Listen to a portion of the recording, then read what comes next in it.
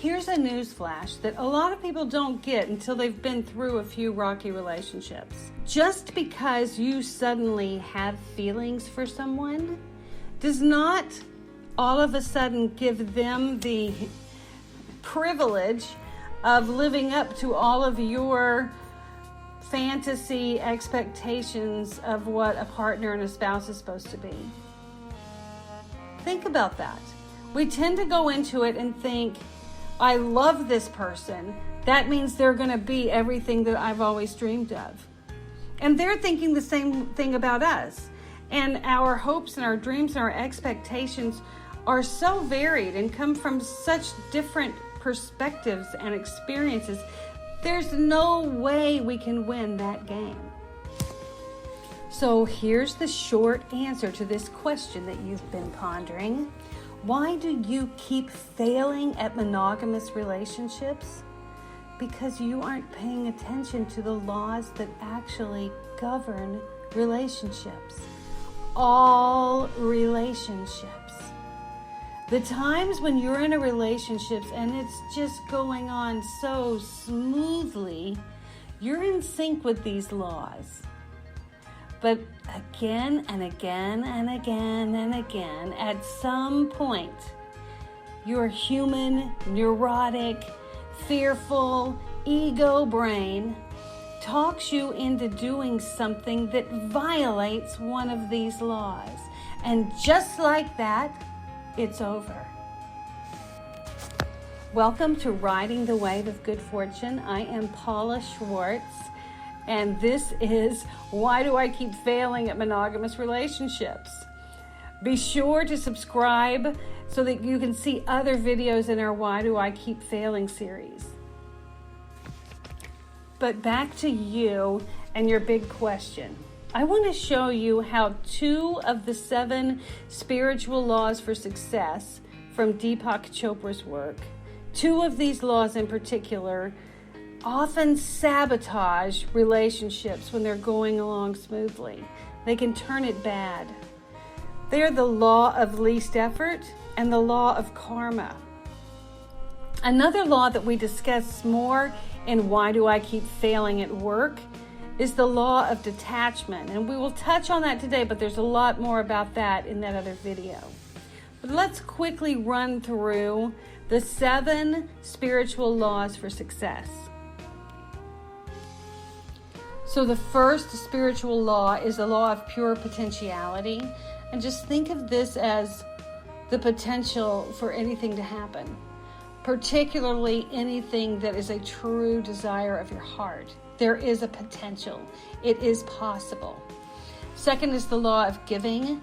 And that is just the best way to receive is to give. The best way to have and keep is to give. The best way to live is to give. We can get into more of that in future videos. The third and fourth are the ones we're going to concentrate on today, the law of karma and the law of least effort. Next is the law of intention and desire. From that potential and possibility, we express a desire, we put forth an intention. And then is the law of detachment, which we'll touch on, but it basically requires that we let go of control of how it all is going to look. We allow that pure, huge potentiality to grow into the best for all concerned. And then last is the law of dharma, the opportunity to really pursue our soul's purpose and highest desire. Let's look at the law of least effort. Think about how we opened this video where we said falling in love with someone doesn't suddenly give them the privilege of meeting all of your fantasy expectations. But let's take a step back. When you fell in love, how easy was it? How easy was it just to slip into a comfortable relationship, a comfortable conversation, the trust and admiration that you had for this person? So many times, falling in love is easy, and then things get hard. What is it that makes it difficult at that next step? What is it that we fail at? Consider that we start shaping and molding that person into something that they never were, despite the fact that exactly who they are is what attracted us to them. Why would we be so crazy as to being attracted to someone and then suddenly starting to try to change them? But that's the game we play again and again and again. So the law of least effort tells us that there is a carefreeness, there is an effortless ease in nature, in harmony. And when we harness that force of harmony and joy and love, we create the space for unity and relationship. And when it's not that level of ease and comfort, what you want to look at to see what's taking the ease away is, what are you forcing? What are you, quote unquote, fixing? Here are some practices you can put into place to practice the law of least effort.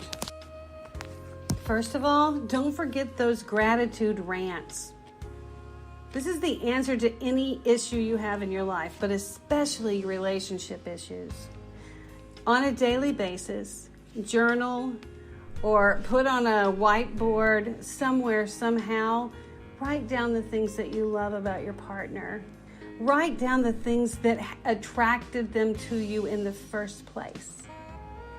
Write down the things that you're so grateful for today. And if you're angry with them and they're not meeting your expectations, you can even start with, I'm just grateful that they're healthy. I'm grateful that they're communicating with me. I'm grateful that they're available. Anything like that. Start broad.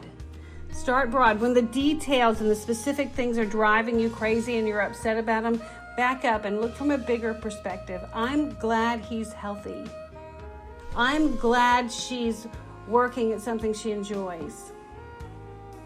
I'm glad that she has a good relationship with her family. Make a list of things that you're grateful for and practice accepting them and appreciating them as they are. Take that next step and remind yourself that as they are is whole and complete. The second thing you can do to build that muscle around the law of least effort is to be very clear and honest about your current situation. It's like when you put a destination in your GPS and tell it where you want to go, it needs to know your current location. So even if you have a vision about where you want this relationship to go, you can't work with it and honestly continue to nurture it without being honest and being in your current location. So be clear about how things are now, and the good, the bad, and the ugly, and take responsibility for it. It's where you are. Only you can see your perspective, and the only perspective you can see is you. So take a step back and get your current location, your current situation. Take responsibility for it, and from there you can decide where you want to go and what your next step is, what your options are on your route. And third, for the law of least effort, just practice humility. Step back, exhale, and be vulnerable. You don't have to defend yourself. You don't have to justify. Just be humble. Being humble will diffuse any situation at least a little, and it will give you a little room to start to build upon and see what the next steps are. In your relationship, I promise you get more value and long-term relationship out of humility and humbleness. So those three things, gratitude, responsibility for the current situation, and humility, are going to help you allow and put into place the law of least effort in your relationships. And now let's look at the law of karma. This is also called the law of cause and effect. And I know you've heard the saying, what you give, you get in return. Whatever you put out there comes back at you. What you sow, you reap. So the first thing you want to look at is whether or not you have been in a relationship where the roles were turned, where someone felt like you were doing what you think this person is doing to you. And that could be likely. That doesn't mean that you're being punished or that you're stuck and have no control. You always have a say. If you see that that's the case, that you're sort of living out a karmic lesson because you've done this to someone, just acknowledge it. Forgive yourself. Let that go. Sort of cut the cord on that. Say, okay, got it, moving on, right? So you can acknowledge that. You don't have to be imprisoned by karma. If it happens, you recognize it and you move on. The second thing is you want to just really be clear about what you're saying about your relationship, not just to the person that you're with, but when you're with your friends. What do you say? Are you positive? Do you talk about what you're grateful for? Do you talk about how well you fit? Do you talk about why this is a person that you want to continue being in a relationship with?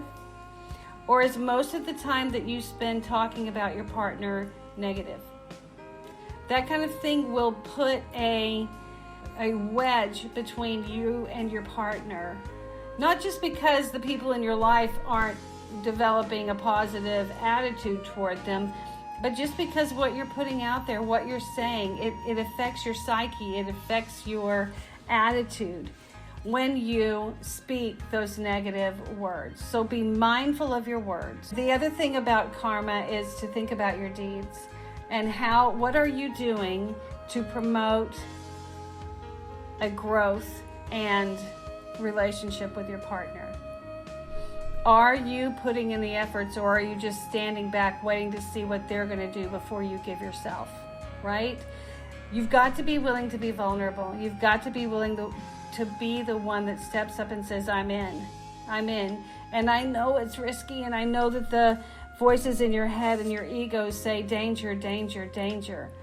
But if you're not willing to step in and be all in, they never will either. All right? And look at this. From a karma perspective, you reap what you sow. What are you sowing? What seeds are you planting? Are you planting the seeds of, I'm going to wait and see? And then when things don't go well, you're defensive and worry and trying to reshape and put things into a certain perspective. That's just not going to get you to where you want to go. You've got to step in. You've got to be vulnerable, and you've got to take the risk, despite the fear and the ego in your head. So here are a few things you can do to have the law of karma work for you. First of all, be aware and conscious of your words and your deeds. Start to notice what you're saying.